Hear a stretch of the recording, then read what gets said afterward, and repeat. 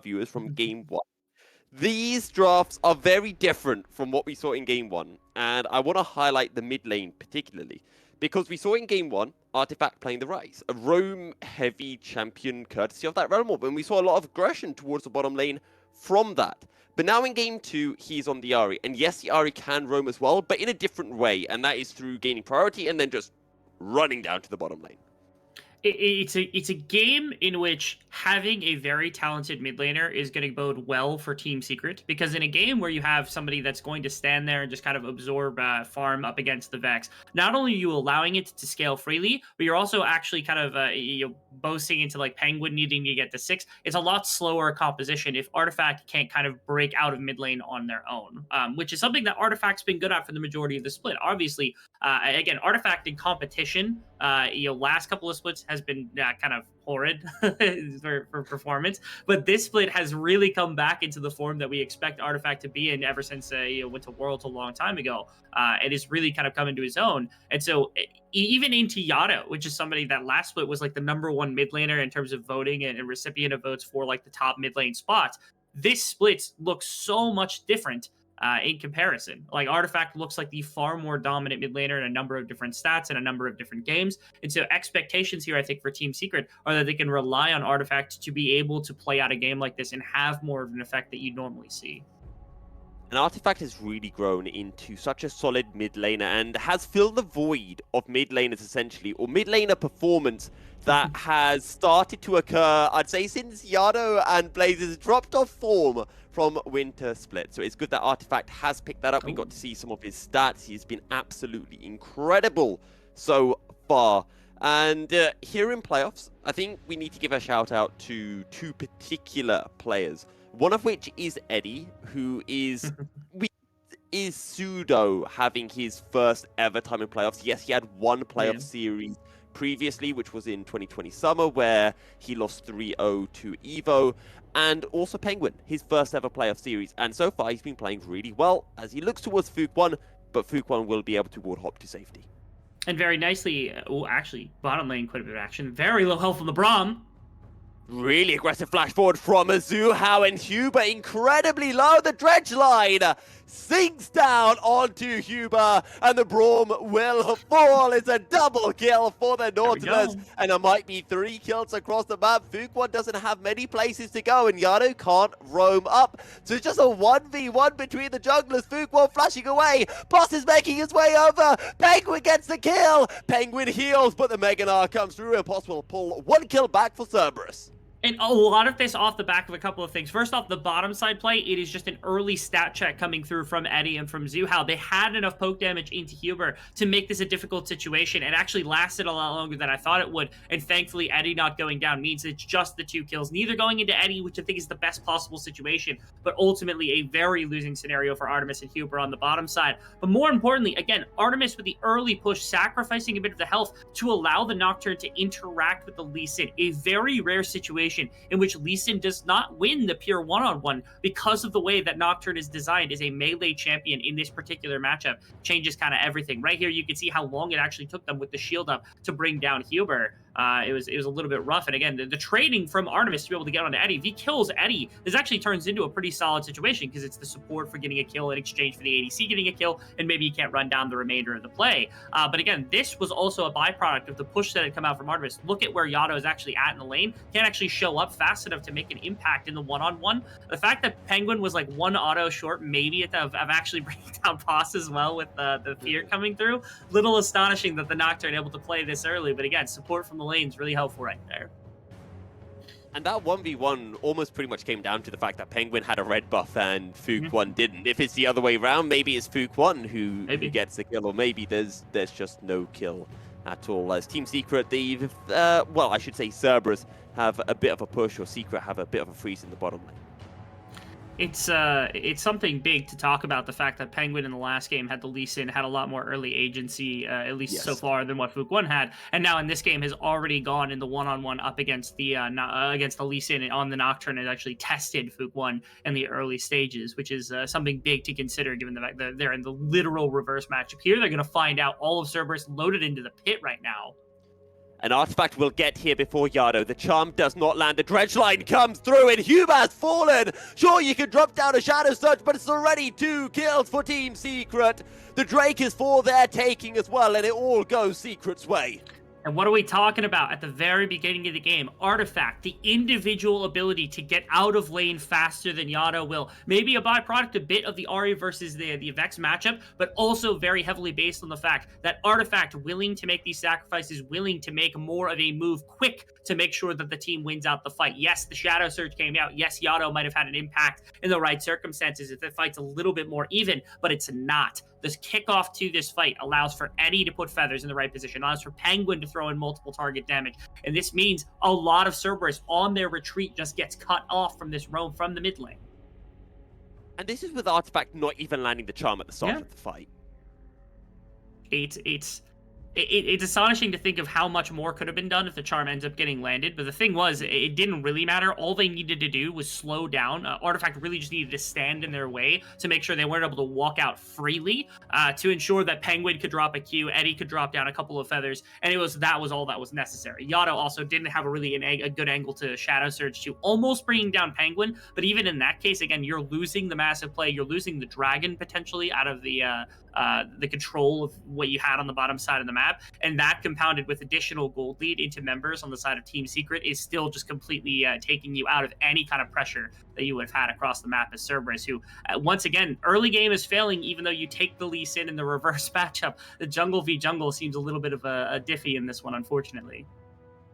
And it's what you talked about in Game 1, the fact that Penguin has been so good in the early stages of the game that he picks those aggressive early game junglers. But the weird thing now, coming into Game 2, the fact that he is on the reverse side of this matchup, and looking at the draft, you'd expect that Fook 1 could be the more aggressive player, but it is still Penguin, regardless of the matchup, who is making the earlier plays, who is finding and assisting Team Secret in getting and generating these leads over Cerberus. Now, yeah, exactly. Everything. They're looking for the Rift Herald now, but they're just going to go straight on to Zoo. How they kick the Nautilus. Surely he will fall. Indeed he will, but the Paranoia has been dropped down. It's a 1-for-1, and Team Secret get the Herald as well.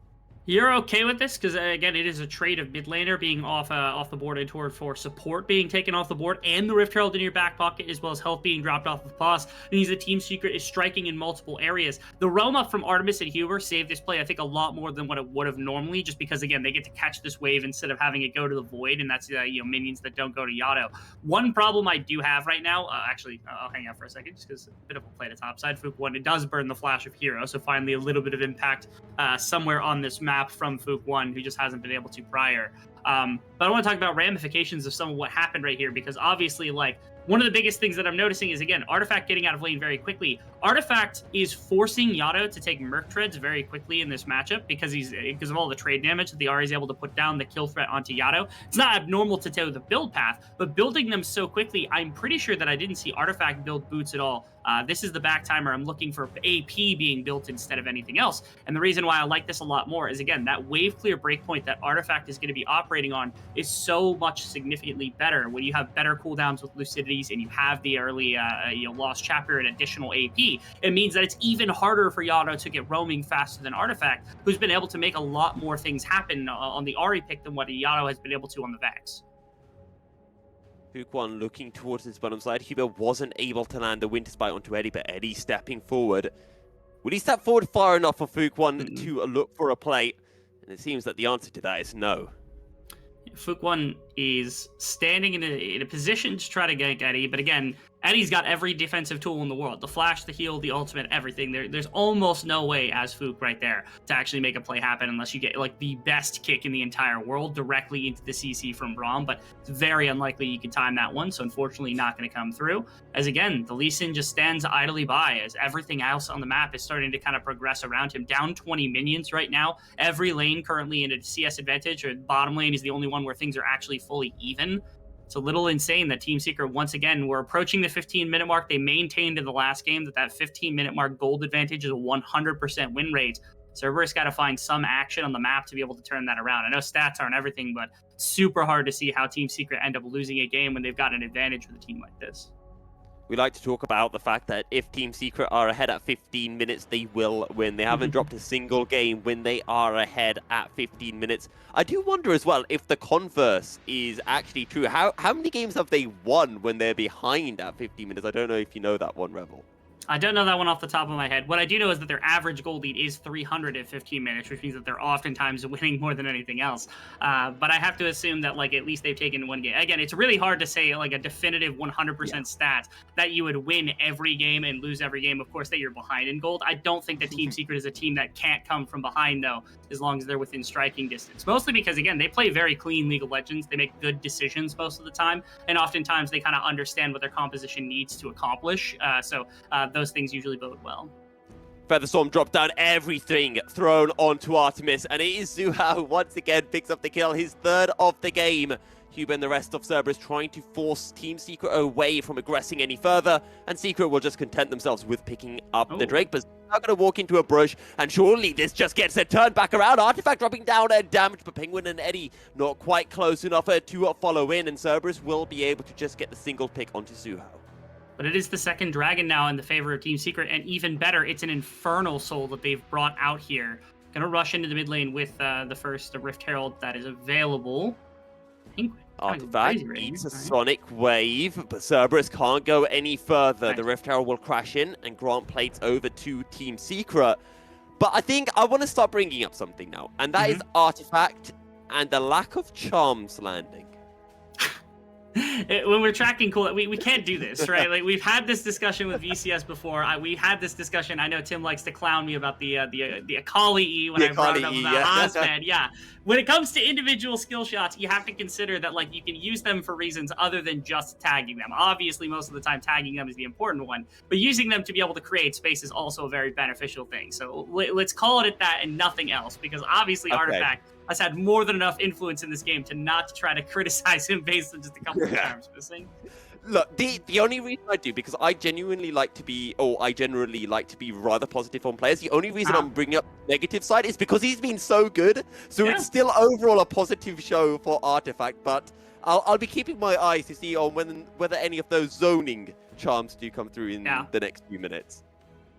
I have a bigger kind of systematic thing to talk about, which is that this is the second game in a row that Cerberus has had a disadvantage in the bottom lane. So often in winter, so often even in previous iterations, in splits prior to the winter as well, before 2021 had happened, Cerberus ends up with an advantage on bottom lane because Artemis is incredibly talented. He's a very, very good laner. Everything works out. Him and Ron OP usually make a very good pairing. They're kind of very similarly together on the same page with what they want to do. That's twice in a row now that this has happened. I know that Eddie and Zuhao are a good bottom lane. This is not one that we would expect to be the kind of folding point for Cerberus in a series like this. We would expect it to be, Pos on the top side against Hero. Hero's very good. Mid lane, Yato into Artifact, I think is a mismatch. Artifact has been playing well. Here to the top lane, there's a bit of a play. That's a lot of damage, okay? It's just going to be an assassination. And again, one of these folding points we would expect. But really and truthfully, over the last couple of games, it's been Artemis that's fallen behind when he's been the crux of the last two compositions they've built. And I want to pose the same question about Artemis as I posed earlier in the split when I talked about Killer Queen for Luxury. Is this a case of Artemis himself getting worse, or is this a case of the team or the meta shifting and just not suiting him as much as it was in winter? I think what it appears to be is that Cerberus just doesn't seem to have much of an idea of what they want to do in the early game, or what they do in the early game gets counteracted rather well by most teams. Here's actually a pretty big team fighting setup. There's no ultimate from Penguin to kind of force, but they're going to look at mid lane. I mean, if they just pull mid tower for this, they're fine with that. I think they're completely okay with actually that situation turning out the way that it does. They might get both. This has been way too slow of a Rift Herald coming through from the side of Team Secret. This is a little insane. If they get mid tower and contest here, that's just unacceptable. No, they've got mid tower, and now they're contesting. Zuhao will only be able to find the wall. Out comes the ultimate, and the Rift Herald is stolen away. Down to half health is Artemis, and Fuquan is already out of this. Artemis is on about 10 HP, and Team Secret, they get both exactly as you said, Rebel. And it's crazy because I don't think Team Secret realized they got it right there. It seemed like right there was a bit of a smite fight for it, and then they wanted the engagement after, which they almost won because they had two members from the Tide of Cerberus actually down to like 100 HP or something like that. I think it was Fuquan walked out and Artemis walked out with incredibly low health. I don't think Penguin realized he got it until the last second. He was like, "Oh, we got that. Oh, all right, I'll go snag it then." And that's why like Pos kind of harasses him on the way out right there. Team Secret didn't even care. They wanted to play for the fight. Cerberus, I think, very, very wisely walks out of the pit right there. But the fact that they weren't able to secure that while the mid tower went down for Team Secret, again, the aggression, the ability to kind of make a very volatile or a very kind of attacking play happen. We've seen this a number of times where it looks like they have an opening to do something. It looks like they can accomplish something on the map. They can make a more aggressive play. They can earn more than what they're actually going for, and they don't go for it. It's like their play calling has softened somehow ever since like some of the substitutes have come through and some of the changes have been made. But this is not the Cerberus that we kind of expected to come to the split. We've said that multiple times, but even to that extent, I don't know that they're performing at the level that we even expect this roster to be capable of performing at.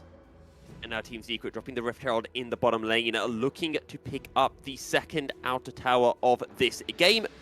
And that will be going the way of Team Secret.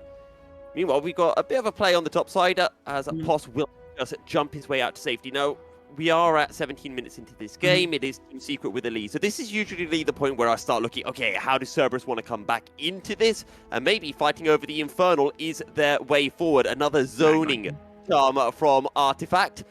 And the dredge line comes through. Artifact able to sidestep on the Shadow Surge. Paranoia comes in, but Penguin already chunked down to half health, and Penguin might actually fall as well. Don't forget, this is a 4v4. The top lane is still on the top side of the map. Teleports available for both Hero and Pos, but the fight will just fizzle out into nothing. No kills for either team. It's just Team Secret who are now onto Soul Point.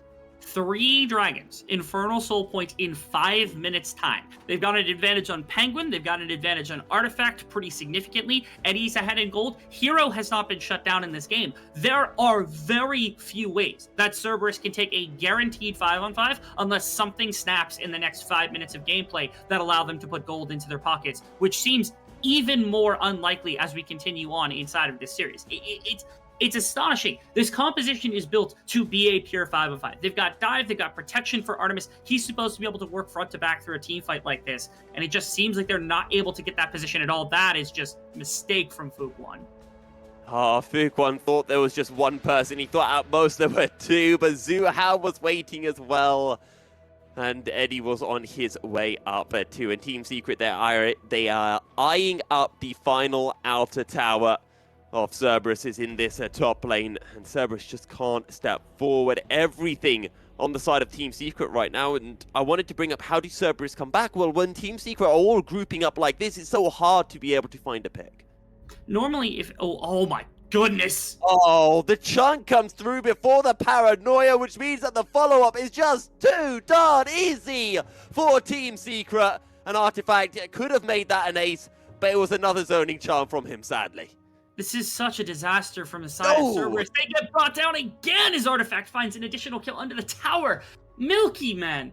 The setup for Cerberus is supposed to be pure 5-on-5 fight. They have not had the bearings to 5-on-5 fight a single time in this game. Not only do they not have the gold, not only are they down astronomical to Team Secret right now in terms of the game, the fact that they're going to be forced to fight in only 2 minutes time, 3 minutes time, whatever the situation might be, that's going to be the end of the game, almost certainly. Like, if they do not make a stand around Infernal Soul, they lose Infernal Soul, and all of a sudden, a Jace who's gotten to this point unscathed, Artifact who's insane in this game, Penguin who can backline dive, all of them get a massive damage buff, which they do not need to win a game like this. They are winning this game ambiently because Cerberus has no setup to be able to put all their pieces together. There's no answer to be held right here. Team Secret is destroying this game.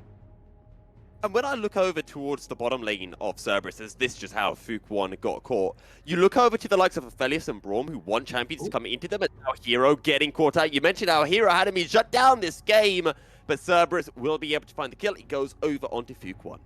This is something that should have been happening from a lot earlier. I feel as though, like, if you're not putting a bunch of resources in a bottom lane or it's not working for you, one of the things that you can accomplish is that Fook1 can go into topside and try to shut out Hero's gold. So there's not this massive poke. Instead, like, Team Secret has to go into your team. You have to use Penguin and Artifact aggressively, and if they get punished, then there's a possibility they just don't have any way of actually putting out damage if they get caught out at the beginning of the fight, like if Artifact gets bursted or something like that. But the problem is Hero hasn't had that happen. If Hero gets to 3 items and Infernal Soul, he's chunking out half the health bar of Yato and Pulse and Artemis and Huber before fights even start.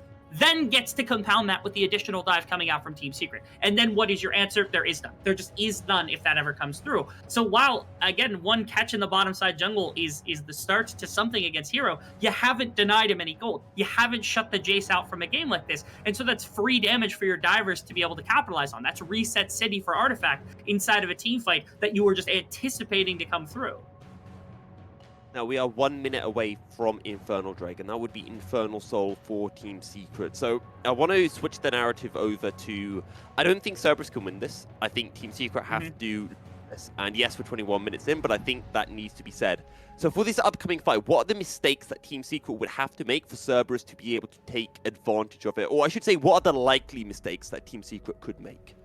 I think Penguin diving into the team without having backup, that is to say, like, way too aggressively, could cost them a little bit, because if there's a full retreat to come in suit, and they don't need to burn big ultimates, pretty much as long as they only have to burn Hubers, they're okay in that situation. And Artemis needs to survive that. Number two, Fook won with a solid kick into the rest of the team. Here we go, actually. Oh, they try to find the pick onto Eddie, but Eddie is still alive. As a Glacial Fissure is a drop down at Team Secret. Actually doing a fair bit of work onto Huber as well. Shadow Surge, but the Feather Storm will prevent it from landing. Cerberus want this fight. Cerberus want to be able to get the Drake. Hero is on the potential flank. It's a good kick, and Artifact will get shut down, but Hero is still on the side. Hero is still waiting to go in, and Cerberus are on the run. The dredge line lands, and down will go Artemis. The feathers are flying from Eddie. Surely Pos will fall as well, and Cerberus are getting routed. Pos will run for the hills. He will survive, but it is Team Secret who come out on top. Pos, keep on running. You're just a little mini Gnar. I think Penguin's gonna catch you. He's just gonna play. He's gonna play with the Gnar. He's gonna cancel the back, and it will be Team Secret who get the ace. Team Secret who get the Infernal Soul. They find one kill onto Artifact. That's the one bit of reprieve you get here from Cerberus. The problem is they burned so much at the beginning of this to get so little done. It forces they just drop so many ultimates, so much resource into finding just the one pick onto Artifact. It started from way back before this. This is the play that actually works out for themselves, because they end up getting a solid play into Artifact with Fook 1, which it's a combination of being able to put in the wall, nice kick coming out from Fook 1 to get him the rest of the team. But how many cooldowns had been burned getting to this point in the first place? I think 4 ultimates, if not 5 ultimates, were down. And look at their health bars. They're in no position to actually fight even just Eddie in the right circumstance. Even if they killed Hero here, this would not have been a positive fight for themselves. But Hero was untouched the entire time as well. Penguin didn't have the ultimate, but it didn't matter. He can stand resolute while the rest of his team does all this work. And now, I don't even want to continue on in terms of narrative of this game, because at some point, Cerberus has to figure out what happens next game. They're going to contest right here, but I doubt they have the ability to do so. Oh my goodness.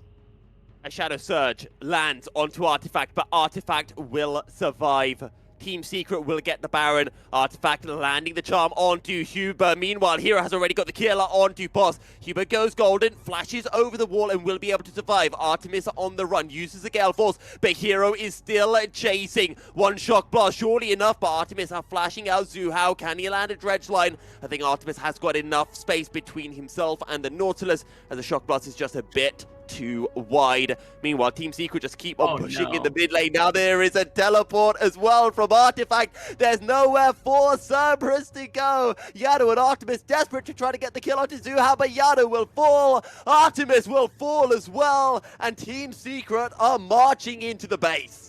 It's so easy. The early game, there's no response. Cerberus has not been able to generate anything, and Team Secret is taking the early game advantages, and they are translating them into everything imaginable that they can use to beat Cerberus over the head with. Last game, it was just team fight, team fight, team fight. This game, it really has just been about some of the picks and some of the objective control to put Cerberus behind in a number of different situations, to the point where now Infernal Soul has just won them this one.